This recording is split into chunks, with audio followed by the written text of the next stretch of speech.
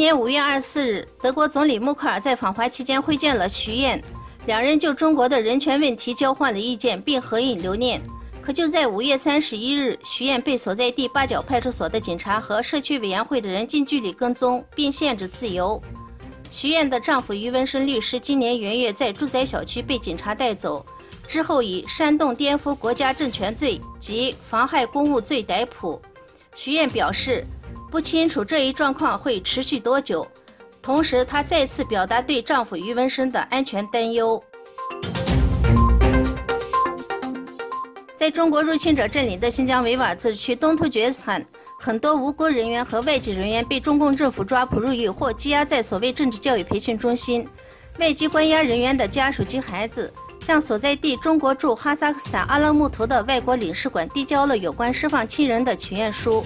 中国方面希望与阿塔尤特协会发言人单独一人进行会谈时被拒绝，并要求公开会谈。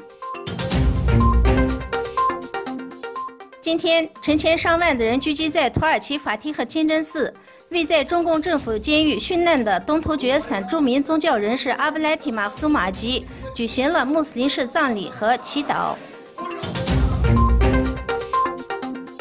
美军联合参谋部主任、海军陆战队将军肯尼斯·麦肯齐在回答美国是否有能力摧毁中国的人工岛问题时说，美国军队在西太平洋有丰富的摧毁小岛的经验，这是美军的一个核心能力。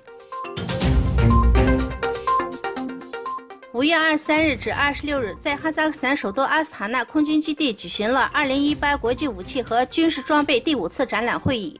土耳其等来自28个国家的318家公司参加了展览会。根据土耳其新报消息，土耳其火箭制造公司和哈萨克斯坦为联合研制火箭弹和导弹而签署备忘录协议。土耳其火箭工业贸易公司和哈萨克斯坦工程公司签署了以上的协议。据《华尔街日报》6月1日报道，特朗普政府称，美国将从5月31日起对进口自加拿大、墨西哥和欧盟的钢铝产品加征关税。此举引发了美国与部分最紧密盟友之间爆发贸易战的风险，盟友已表示将进行报复。